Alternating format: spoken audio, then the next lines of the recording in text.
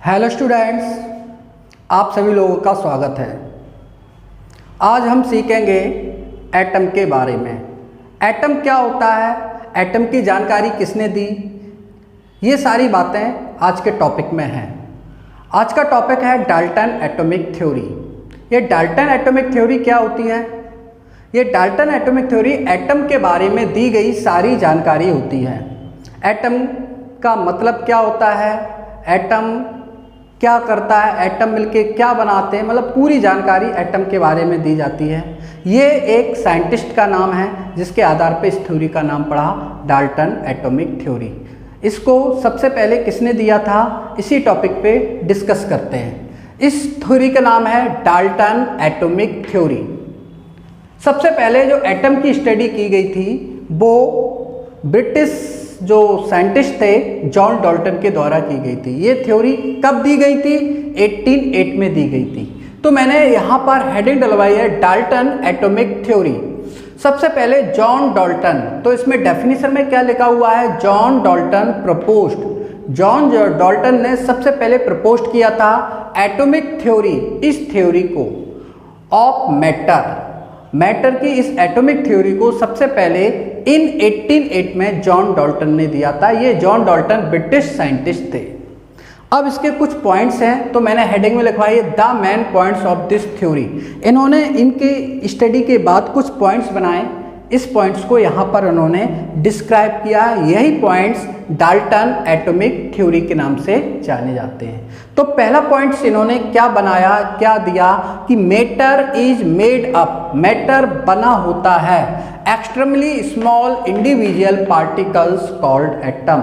कोई भी मैटर हो छोटे छोटे पार्टिकल्स से मिलकर बना होता है। इन इंडिविजुअल पार्टिकल्स को हम नाम दे देते हैं एटम। पहला पॉइंट की इस थ्योरी का यही था। दूसरा पॉइंट था एटम्स ऑफ सेम सब्सटेंस, एक ही सब्सटेंस के सारे एटम, सारे पार्टिकल्स आर आइडेंटिकल, समान रूप से होते हैं इन ऑल रिस्पेक्ट, आपस में सभी चीजों में सेम होते हैं। जैसे that is they process same size, उनका आकार साइज होता है सेम, शेप सेम होती है, मास सेम होता है और केमिकल प्रॉपर्टी सेम होती है।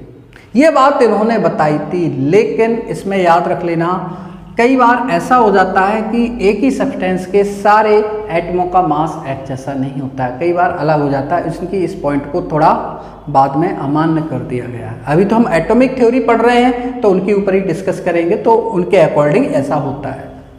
तीसरा पॉइंट है एटम्स ऑफ डिफरेंट सब्सटेंस, अलग अलग सब्सटेंस के जो एटम्स होते हैं आर डिफरेंट, अलग होते हैं इन ऑल रिस्पेक्ट, सारी चीजों में। कौन सी सारी चीजों में? That they have different size, उनका साइज अलग होता है, शेप अलग होती है, मास अलग होता है, केमिकल प्रॉपर्टी अलग होती है। ये किसकी थ्योरी चल रही है? डाल्टन की, अर्थात डाल्टन के अकॉर्डिंग ये बातें बताई जा रही हैं।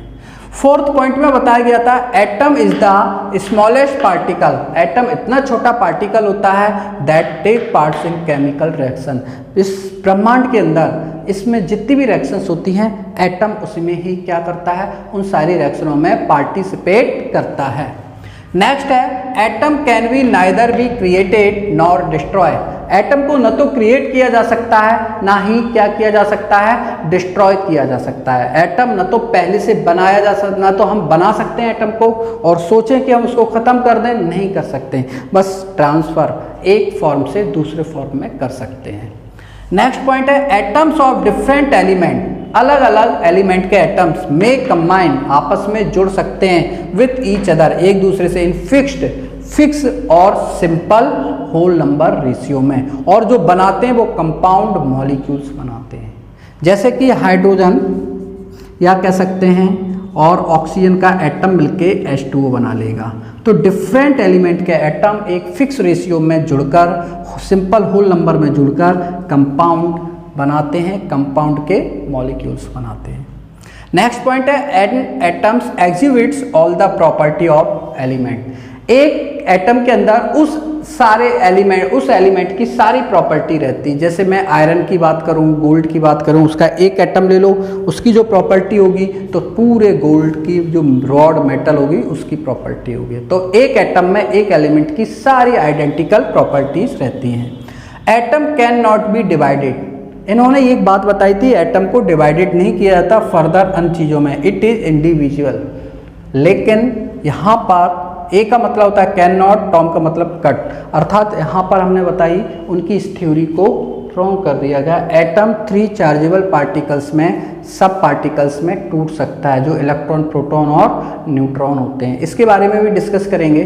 तो ये कुछ पॉइंट्स हैं जो डाल्टन ने अपनी थ्योरी में दी, अपनी बातों में बताया। इन्हीं पॉइंट्सों को हम नाम दे देते हैं डाल्टन एटॉमिक थ्योरी। अब इसकी कुछ लिमिटेशंस हैं, इसकी कुछ कमियां हैं डाल्टन की, और डाल्टन की जो लिमिटेशंस, कमियां होती हैं, डिफेक्ट्स होती हैं, जैसे वो नेक्स्ट वीडियो में बताएंगे क्या क्या कमियां थी। और उससे जुड़ी हुई कुछ मॉडर्न एटॉमिक थ्योरी है जो एटम से रिलेटेड है, उसका भी एक अगले वीडियो में टॉपिक दिया जाएगा। ठीक है, तो बस आज के टॉपिक में डाल्टन एटॉमिक थ्योरी की कुछ बातें हैं जो मैंने तुम्हारे सामने रखी, और आज की वीडियो में बस इतना ही। और जिन लोगों ने मेरी इस वीडियो को देखा है उन लोगों को मैं बहुत बहुत दिल से धन्यवाद देता हूँ। Thank you watching for this video.